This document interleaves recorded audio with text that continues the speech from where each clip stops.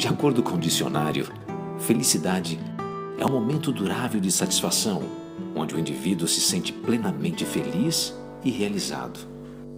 Um momento onde não há nenhum tipo de sofrimento. Mas felicidade é um fim ou estado passageiro? É possível ser feliz ao lidarmos com perdas, decepções, dores e circunstâncias que machucam a alma e nos tiram aquilo que muitas vezes definimos como felicidade? Para o apóstolo Paulo, viver é Cristo e morrer é lucro. A verdade é que somente seguindo o caminho da humildade e da obediência de Deus é que poderemos experimentar uma vida satisfeita, apesar das circunstâncias. Juntos com Jesus, poderemos completar de fato a resposta pessoal e intransferível. Para você, felicidade é. Esta também é a nova série da IB Morumbi.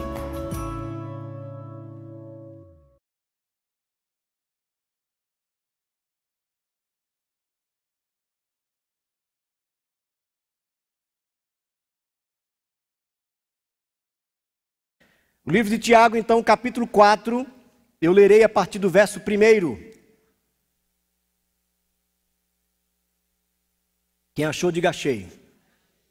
Acho que é a grande maioria, né? Então vamos ler. Diz assim a palavra do Senhor: de onde vêm as guerras e contendas que há entre vocês? Não vêm das paixões ou dos desejos que guerreiam dentro de vocês? Vocês cobiçam coisas e não as têm. Matam e invejam, mas não conseguem obter o que desejam. Vocês vivem a lutar e a fazer guerras. Não têm porque não pedem. Quando pedem, não recebem, pois pedem por motivos errados para gastarem seus prazeres. Adúlteros, vocês não sabem que a amizade com o mundo é inimizade com Deus? Quem quer ser amigo do mundo, faça inimigo de Deus. Ou vocês acham que é sem razão que a Escritura diz que o Espírito que Ele fez habitar em nós tem fortes ciúmes, mas Ele nos concede graça maior. Por isso, diz a Escritura, Deus se opõe aos orgulhosos, mas concede graça aos humildes. Portanto, submetam-se a Deus. Resistam ao diabo e ele fugirá de vocês. Aproximem-se de Deus e ele se aproximará de vocês. Pecadores, limpem as mãos, e vocês que têm a mente dividida, purifiquem o coração.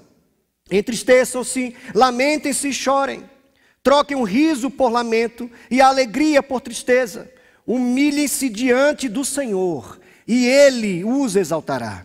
Irmãos, não falem mal uns dos outros. Quem fala contra o seu irmão ou julga o seu irmão, fala contra a lei e a julga. Quando você julga a lei, não a está cumprindo, mas está se colocando como juiz. Há apenas um legislador e juiz, aquele que pode salvar e destruir. Mas quem é você para julgar o seu próximo? Vamos orar mais uma vez? Eu estimulo você nesse momento a baixar sua cabeça, fechar os seus olhos e pedir ao Senhor que traga diretamente do seu trono uma palavra especial e que tenha também algo dentro do seu coração para receber essa palavra. Que você permita que o Senhor fale nesse momento a sua alma e o seu coração. Senhor Deus, no nome de Jesus, que seja assim. Que o Espírito Santo do Senhor nos guie a toda a verdade. Que o Espírito Santo do Senhor nos ilumine, para que possamos não apenas entender o que a Escritura nos diz, o que esse autor sagrado nos diz, mas mais que isso, que possamos praticar essa verdade, que possamos vivenciar essa verdade, encarná-la na nossa vida, no nosso cotidiano, Senhor. Que seja assim. Nós oramos dessa maneira, humildemente, no nome de Jesus. Amém e amém. Sigmund Freud, o pai da psicanálise, estava certo quando ele disse que o desejo é o pulsar da vida humana. Ou seja, nós não vivemos sem desejar. Porque desejamos é a razão de viver. Quando nós nos levantamos diariamente, é porque os nossos desejos estão nos impulsionando para fazer o que nós realizamos no nosso dia a dia. Ir trabalhar, ou sair para fazer alguma coisa, ir no supermercado, almoçar com alguém. Os nossos desejos estão nos impulsionando. Mas a grande questão é a seguinte, gente. Nem sempre esses desejos que nos motivam são santos em si, são puros. Nem sempre as razões que nos motivam a fazer o que nós fazemos são razões santas em si. Tiago então vai colocar aqui, vai começar perguntando algo para nos inquietar. Tiago faz essas perguntas, gente, porque ele nos conhece muito bem.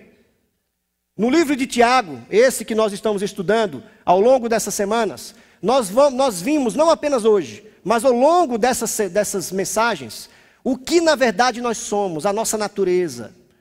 E Tiago, além de saber da nossa natureza, ele sabe que todos nós, gente, preste atenção, todos nós queremos atenção, todos nós queremos respeito, todos nós queremos dignidade, todos nós ansiamos por fama, todos nós ansiamos por respaldo, todos nós. Mas a grande questão é a seguinte: nós não vivemos sozinhos no mundo. E não sou apenas eu que desejo respeito. A pessoa que vive do meu lado também quer respeito. Não sou apenas eu que anseio por ter a razão em tudo. As pessoas que convivem comigo também. Então Tiago vai responder: de onde vem então essas guerras que há entre vocês? Não são então dos desejos que brotam do coração de vocês? Esse desejo aqui nós podemos traduzir também por prazer, por cobiça. A verdade é cobiça. Tiago então diz: de onde vem então essas contendas, esses dissabores que existem entre os relacionamentos? Vem exatamente da cobiça que brota do coração de cada um de nós. Tiago então vai dizer que, se nós quisermos entender um pouco de relações internacionais, é só nós lermos esse texto.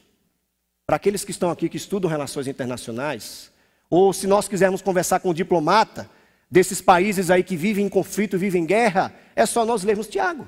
É simples. Todos nós temos os mesmos objetivos na vida, mas muitas vezes esses objetivos são insuficientes para tanta gente. Aí a gente briga. Aí os nossos relacionamentos, gente, na verdade, se transformam num campo de batalha. O nosso casamento se transforma num campo de batalha insuportável. As nossas relações se transformam em relações insuportáveis, sem graça. A grande questão é a seguinte: qual é a saída então? Se nós estamos diante, muitas vezes, desses desejos que se transformam em cobiça, qual é a saída? Tiago vai nos dizer. Mas antes dele responder qual seja essa saída, ele vai nos dizer que além desse coração, que é uma fábrica de desejos às vezes maldosos e cobiçosos, nós temos dois aliados perigosíssimos. Se não bastasse o nosso coração, nós temos ainda dois aliados. O primeiro deles é o mundo. O versículo 4 diz isso: adúlteros, vocês não sabem que a amizade com o mundo é inimizade com Deus?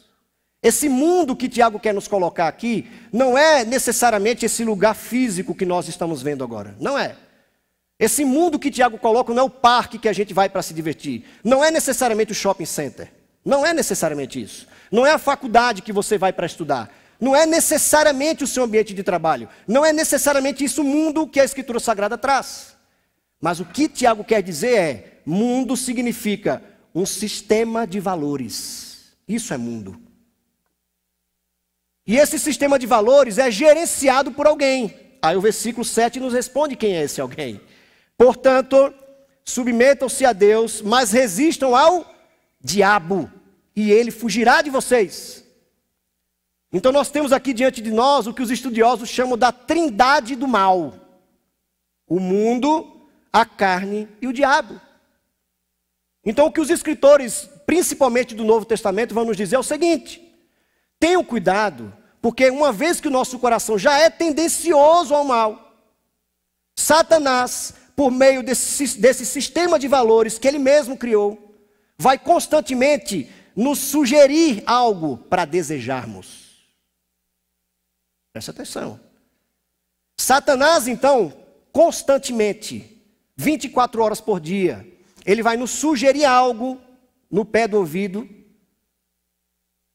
ele vai tentar nos seduzir através desse sistema de valores que nós estamos nele, não tem como fugir. Nós estamos nele, inseridos nele. Ele vai sugerir o que nós devemos desejar. E esses desejos necessariamente são permeados por orgulho, por vaidade, por arrogância, por inveja. Em alguns versículos anteriores aqui, Tiago vai dizer assim, olha, de onde vem então tudo isso que está acontecendo? De onde vem essas guerras? Ele vai dizer assim, onde há inveja e ambição egoísta, ali há todo tipo de mal. Que mensagem, né, gente? É dura, mas é a realidade. Sim ou não? É a realidade de todos nós. Essa é a realidade. Então percebam que Tiago está aqui nos encurralando, ele está nos pressionando contra a parede, a cada instante dizendo, olha como é que está o coração de vocês, olha como é que vocês estão, olha como é que vocês estão. Então ele pressiona contra a parede para dar a resposta e para dar saída para cada um de nós. Graças a Deus que tem saída, não é? Tem esperança para nós. Então a esperança que Tiago nos coloca aqui, gente, é a oração. A oração é a saída, então, para nós não sermos escravizados pelos nossos próprios desejos, que militam contra as pessoas.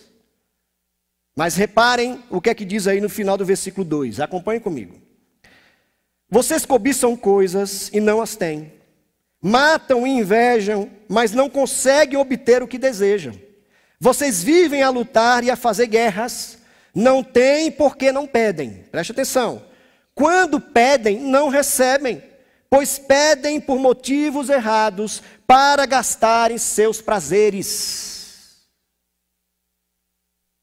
O que Tiago quer nos dizer, gente, é que nós somos tão frágeis, muitas vezes tão cegos, que até a nossa oração está permeada pela cobiça. Até a nossa oração está permeada por esses prazeres egoístas que militam dentro da nossa própria alma. Quando eu falo em oração, eu tenho que trazer para o diálogo Teresa de Ávila. Teresa de Ávila foi uma importante teóloga, falecida há 500 anos, que nos ensina que a oração é um caminho. A oração não é simplesmente você fechar os olhos e falar com Deus, não é apenas isso. A oração é um caminho que exige esforço, exige paciência, exige foco, exige perseverança de cada um de nós. E para fazer uma analogia com a nossa alma, Teresa de Ávila diz que o nosso ser interior é como se fosse um castelo. Imagina um castelo. E nesse castelo, fazendo a analogia dela, existem várias moradas. São 7 moradas nesse castelo, que é a nossa alma. Deus se encontra na última morada. Mas para chegar nessa última morada onde Ele está, nós enfrentamos vários percalços nessas 6 primeiras moradas anteriores. Nesses percalços estão a nossa vaidade, estão a nossa arrogância, os nossos medos mais profundos, estão o nosso orgulho, a nossa soberba, e tudo isso se confunde com o próprio Deus. Teresa de Ávila vai dizer. Eis o perigo, gente, quando nós estamos orando. É perigoso então nós orarmos e pensarmos que estamos falando com Deus, mas que muitas vezes, na verdade, nós estamos falando com os ídolos que o nosso próprio coração fabrica. Não é Deus. Nós pensamos que é Ele. É por isso que tem tantas pessoas que dizem, pastor, mas eu orei, e Deus disse que ia fazer. Aí eu pergunto, será que foi Deus mesmo quem disse? Você tem certeza que foi Deus? Ou foi alguma coisa que você criou pensando que era Ele? Então Teresa de Ávila vai dizer que Deus está no mais profundo do nosso ser, lá na nossa alma, lá no recôndito do nosso ser. E para encontrá-lo, gente, requer paciência, requer perseverança, requer foco. É como se a gente suasse para aprender de fato a orar. É isso. Porque se não for assim, nós seremos confundidos, na verdade, com esse sistema de valores do mundo.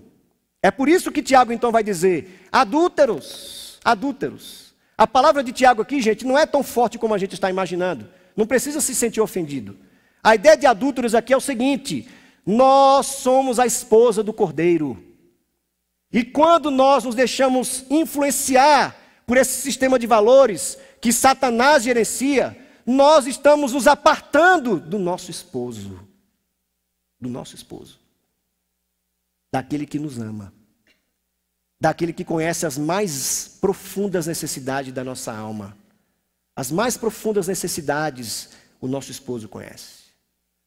Então, a oração, gente, é esse caminhar constante rumo à sétima morada onde o nosso esposo está. Onde ele se encontra. E ele quer se reconciliar conosco constantemente. Constantemente. Mas Tiago vai mais além. E vai nos dizer agora no versículo 7. Que nós temos aí um adversário que precisa ser resistido. Portanto, submetam-se a Deus e resistam ao diabo para que ele fuja de vocês. A ideia de Tiago aqui é a seguinte. Quando nós estamos diante de Deus, nós não precisamos nos armar. A oração, gente, requer total submissão a Deus. Quando nós estamos indo, então, em direção a Deus, ao nosso esposo, nós não precisamos de reservas. Essa é a ideia. Se desarme. Porque você vai estar indo se encontrar com aquele que ama você, aquele que nos acolhe, aquele que toca a nossa alma. É esse. Aquele que conhece de fato os desejos mais íntimos do nosso coração. É esse Deus que espera por nós. Então não precisa de reserva, se desarme. Submeta-se simplesmente, se lance com o rosto no pó. Essa é a ideia de Tiago. Porém, ele diz, resista ao diabo para que ele fuja de você. Com Deus, não precisa brincar no bom sentido, mas com o diabo não se brinca. Porque ele pode confundir o que vai no nosso coração. Ele pode trocar um sentimento até puro que existe no nosso coração por algo mau, diabólico.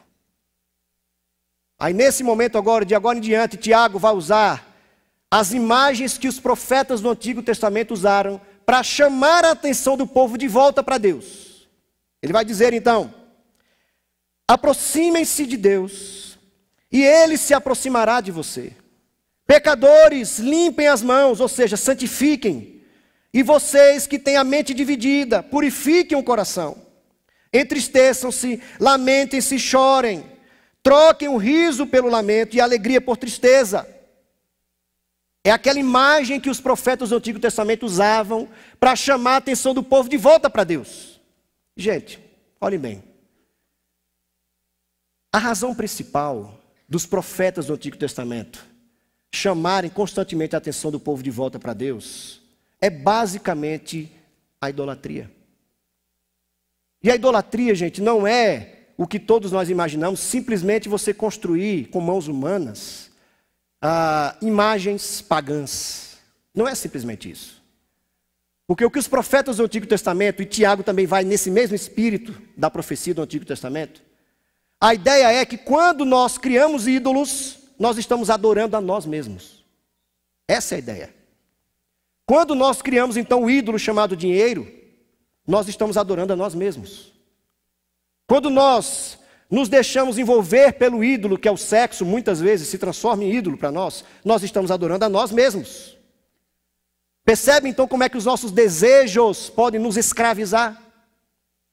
Ao mesmo tempo que os nossos desejos nos escravizam, ele nos isola das pessoas.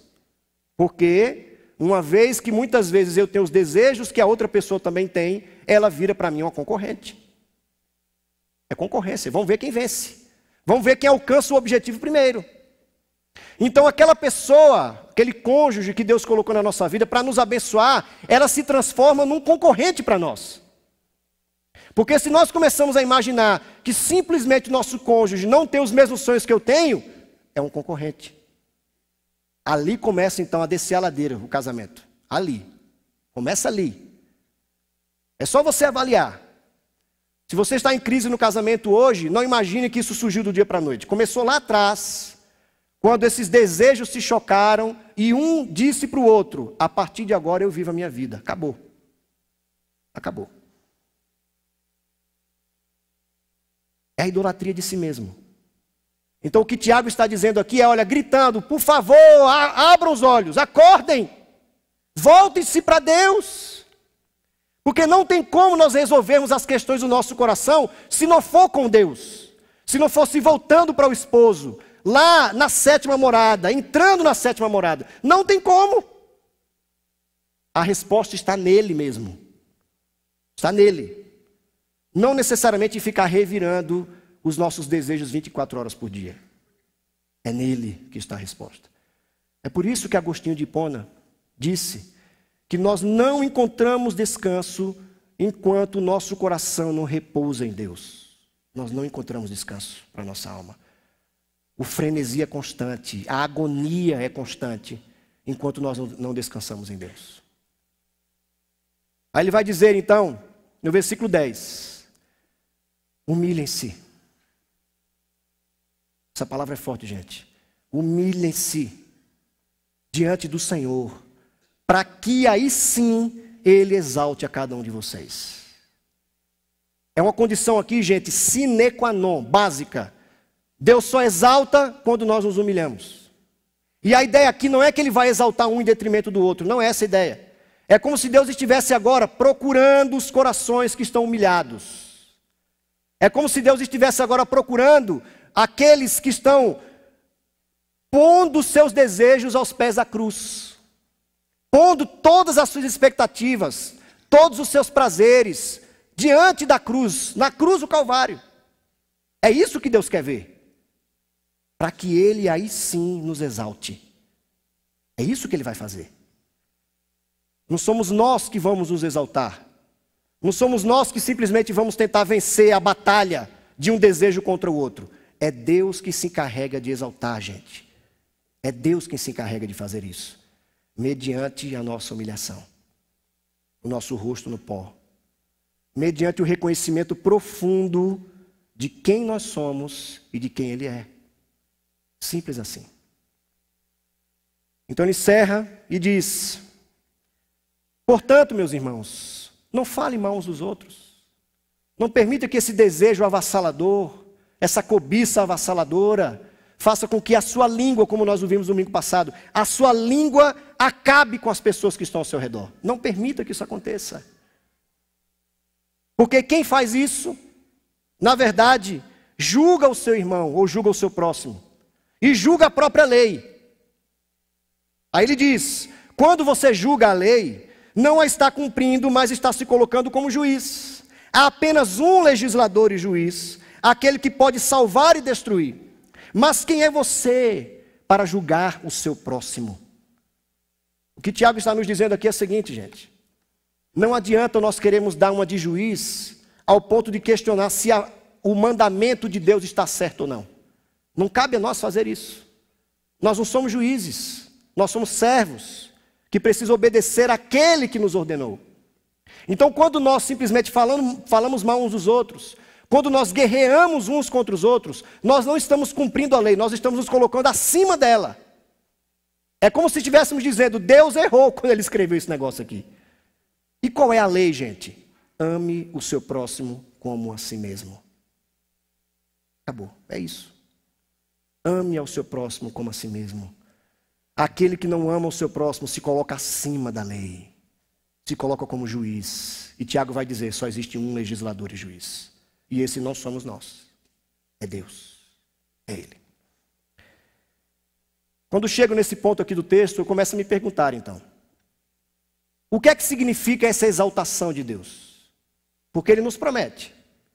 Ele nos promete que se nós nos humilharmos, colocando os nossos desejos aos pés da cruz, Ele vai nos exaltar. Ele nos promete. Está aqui no texto. Mas o que é essa exaltação?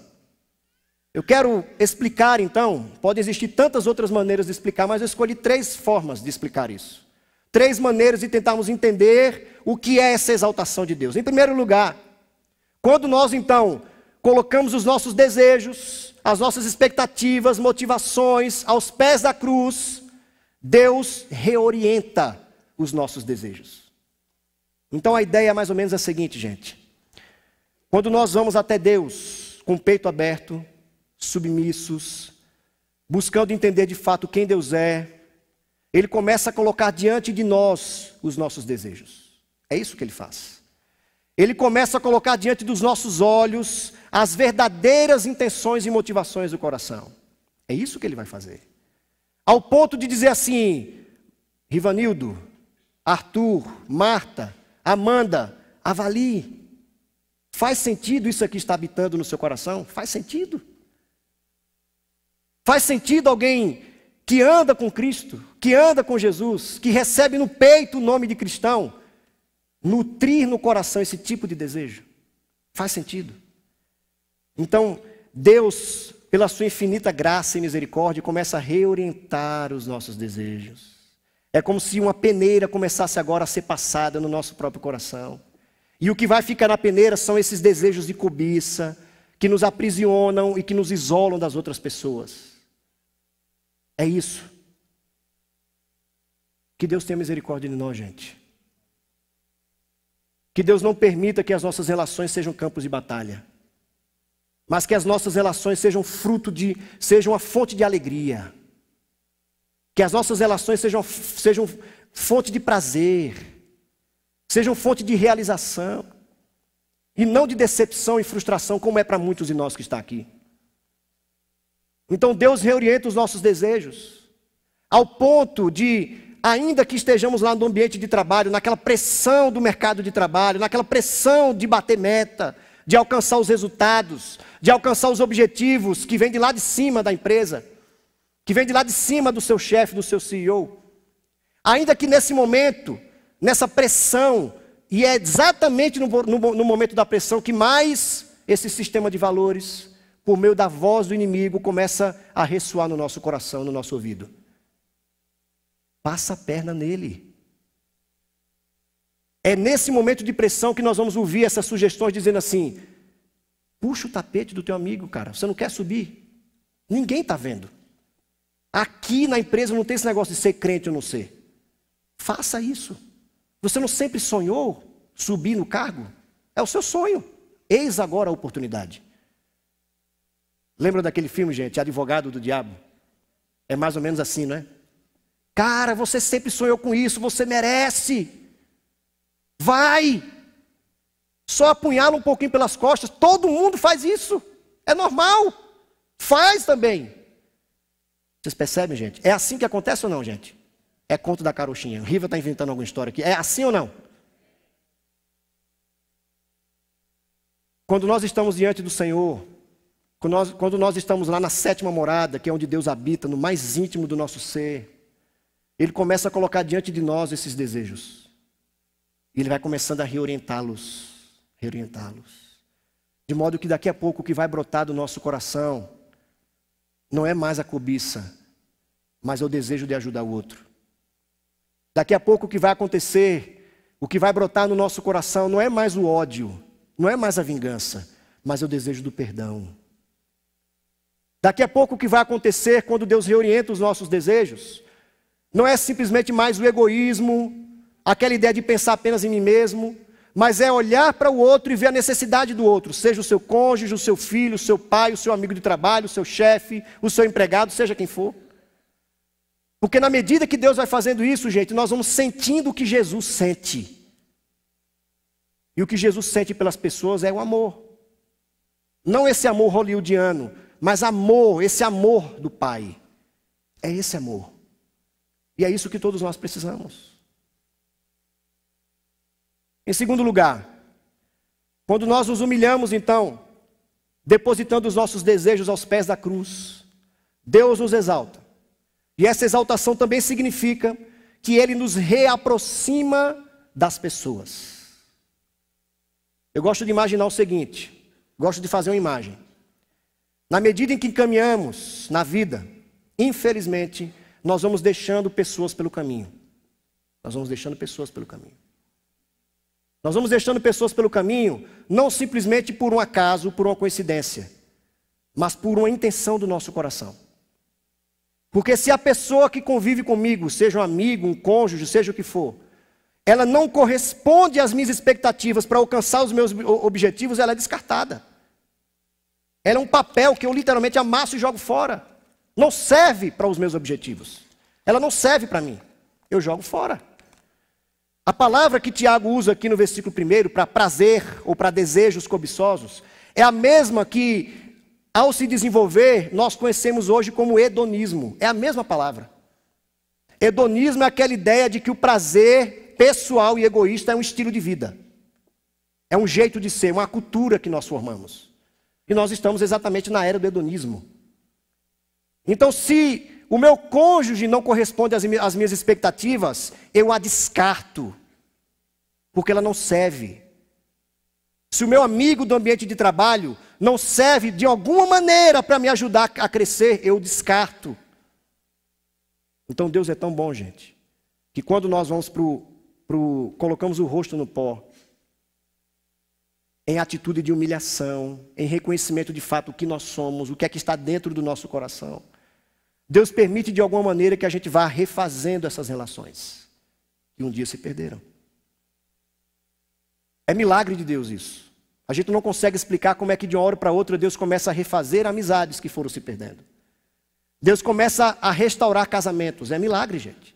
Deus começa a restaurar relações entre pais e filhos. É milagre. Deus começa a fazer com que um coração se converta ao coração do outro. É milagre. Mas para isso, precisamos estar com o rosto em pó. Com os nossos desejos submetidos à cruz de Cristo. Humilhados. Porque é assim que todo homem e mulher de Deus devem estar diante dele. Humilhados. Ele nos reaproxima então das pessoas. Ele cura os relacionamentos. Ele cura aquela alma que foi ferida um dia. E por fim, Deus nos exalta também, porque Ele refaz os nossos caminhos. Eu gosto de pensar aqui em Provérbios capítulo 3, quando Salomão vai dizer para nós obedecermos, olharmos para Deus de todo o nosso coração. E para nós não nos estribarmos o nosso próprio entendimento. E na medida que nós vamos reconhecendo a Deus os nossos caminhos, Ele vai endireitando as nossas veredas. É como se ao andarmos por um caminho tortuoso e Deus visse e dissesse assim, não meu filho, é para cá, cuidado. O próprio livro de Provérbios vai nos dizer que para nós muitas vezes os caminhos que nós traçamos para nós parecem ser caminhos de vida. Mas que na verdade vai levar para a morte espiritual, para a morte emocional. Na verdade vai me levar para um penhasco, eu vou cair. Então para que Deus refaça o nosso caminho, gente, a nossa caminhada, é importante demais estar com o coração ligado ao coração de Deus. Linkados com o coração do Senhor. Para que a gente não cometa mais erros muitas vezes como nós já temos cometido. E eu sei que se você está aqui nessa manhã, é porque você não apenas quer escutar uma mensagem da parte de Deus. Não é apenas isso. Mas eu sei que você quer Deus na sua vida. Amém, gente? Eu sei que você quer um casamento novo. Uma vida nova. Eu sei disso. É por isso que você está aqui. Então faça valer esse desejo do seu coração. E a minha oração é para cada um de nós, não apenas para vocês, para mim, para todos nós, que hoje, no bom sentido, seja o dia da humilhação. Não a humilhação de homens, não é essa humilhação, mas a humilhação diante de Deus, porque Ele se encarrega de nos exaltar. Ele se encarrega não de nos fazer triunfalistas gospel, não é isso que Deus quer fazer. Não é para que a gente saia daqui dizendo, eu sou filho do rei, portanto, não é isso, não é isso. Porque a exaltação de Deus nos torna humildes. Quando Deus nos exalta, nós reconhecemos de onde vem isso. E é aí que a gente se humilha mesmo diante dEle. Porque a gente vai dizer, Senhor, se não fosse a Tua graça para refazer tudo isso que está aqui dentro, não seria possível sem a Tua graça. Essa é a minha oração para todos nós. Vamos orar então nesse momento. Quero chamar o Tuca e a banda aqui, por favor. Esse é o momento então, que nós vamos no bom sentido colocar o nosso rosto no pó. Que nós vamos reconhecer diante de Deus os nossos desejos, as nossas expectativas, as nossas motivações. E Deus mesmo se encarregará de revelar a nós se tais desejos do nosso coração são cobiçosos ou não. É Ele quem vai fazer isso agora. Então vá com coragem à sala do trono, como diz o livro de Hebreus. Vá com coragem, que Deus está lá nos aguardando, nos esperando, para falar o nosso coração intimamente.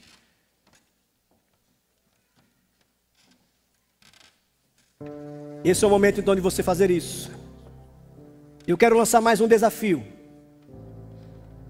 Caso você tenha entendido essa mensagem, caso você tenha entendido essa reflexão que trouxemos no 4º capítulo do livro de Tiago, e se você entendeu que Deus falou com você, e se você deseja essa restauração do seu ser interior, se você deseja colocar os seus desejos de fato, os seus prazeres na cruz do Calvário, diante do Senhor, eu convido você a vir até aqui à frente. Nós vamos orar juntos.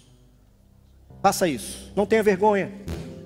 Lembre-se, precisamos nos submeter diante de Deus, desarmados, para que Ele nos exalte, para que Ele refaça a nossa vida e o nosso ser interior.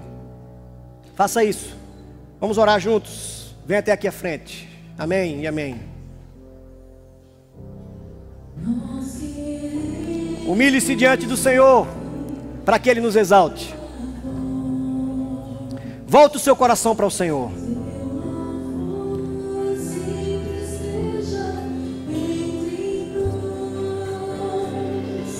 Ore ao Senhor.